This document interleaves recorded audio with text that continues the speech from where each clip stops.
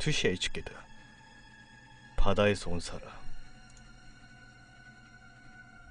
내가 아직 초등학생이다. 어느 여름날 겪은 실화다. 우리 집은 바다 근처에 있어. 평소에는 여름이라도 시원하게 바닷바람이 불어온다.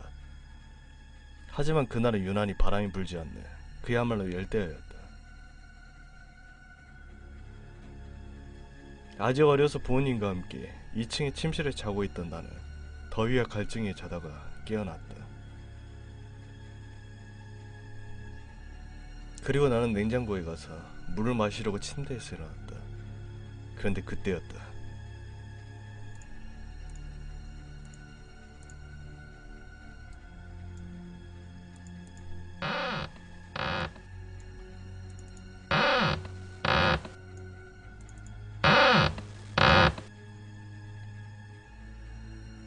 계단이 삐그덕거리는 소리가 울려 퍼졌다. 나는 아버지나 어머니가 1층에 있는 화장실에 다녀온 것이라고 생각하고 침대 쪽을 돌았다. 하지만 아버지와 어머니는 사이좋게 침대에 누워 주무시고 계셨다. 집에는 부모님과 나 말고도 1층에서 할머니가 주무시지만 다리에 힘이 약해져서 웬만한 일이 아니며 2층에 올라온 일은 드무셨다. 나는 무서워져서 이불을 머리끝까지 뒤집었었다. 그 사이에도 삐그덕거리는 소리는 비슷한 간격으로 계속 울려 퍼졌다. 게다가 소리는 점점 커지고 있었다. 정체 모를 발소리에 덜덜 떨고 있던 와중에 나는 이상한 점을 하나 발견했다. 소리가 너무 오래 나고 있잖아. 우리 집 계단은 15개 정도였다. 그렇지만 소리는 적어도 50번이 넘게 울려 퍼지고 있었다. 내가 그것을 알아차린 순간 갑자기 소리가 멈추었다. 나는 호기심을 이기지 못하고 이불에서 머리를 살짝 꺼내 계단 쪽인 문을 보았다. 나는 아직도 그 광경을 잊을 수가 없다.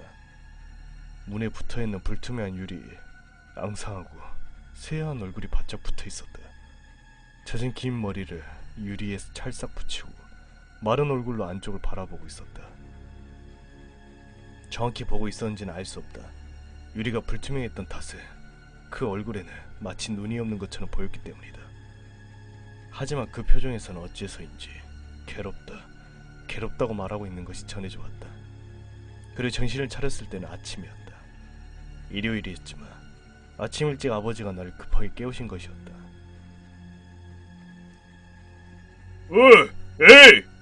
에이! 일어나거라! 왜 그래요, 아버지? 너 어젯밤에 무슨 일 있었냐? 아버지의 질문에 나는 어젯밤의 일을 떠올렸다. 그리고 계단에서 울려 퍼지던 소리와 불투명한 유리에 붙어있는 기분 나쁜 얼굴에 관해 이야기를 해주었다. 그러자 아버지의 얼굴이 말 그대로 새파랗게 질렸다.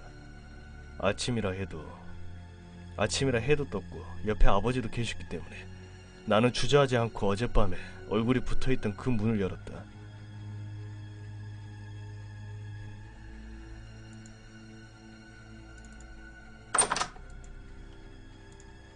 그 순간 바다에서 풍기는 비린내가 느껴졌다. 바다에서 느껴지는 것보다 몇 배는 진했다. 하지만 그것보다 더 놀라웠던 것은 계단의 모습이었다. 아마 바닷물인 것 같은 미끄러운 액체 투성이가 되어서 해초 같은 것이 계단 가득 붙어 있었다. 나무로 만들어져 갈색이어야 할 계단은 새카맣게 물들어 있었다. 아버지, 이게 뭐야? 내가 그렇게 말하며 해초와 같은 것에 손을 뻗던 순간 손대지 마라! 평소에 자상하던 아버지가 소리를 질렀다. 하지만 나는 그것을 이미 손을 댄 후였다. 그것은 해초가 아니었다. 머리카락. 계단을 새카맣게 메우고 있던 그것은 해초가 아니라 엄청난 양의 머리카락이었다. 아버지는 곧바로 내 손에서 머리카락을 빼서 던져버리고 손을 수건으로 몇 번이고 닦게 한 후 날 꼭 껴안았다. 그 아버지는 경찰에 신고를 했지만 수사는 전혀 진전되지 않고 누군가의 장난으로 남게 되었다. 그 이후로 나무가 삐그덕거리는 소리를 들을 때마다 나를 보고 있던 그 얼굴이 떠오르곤 한다.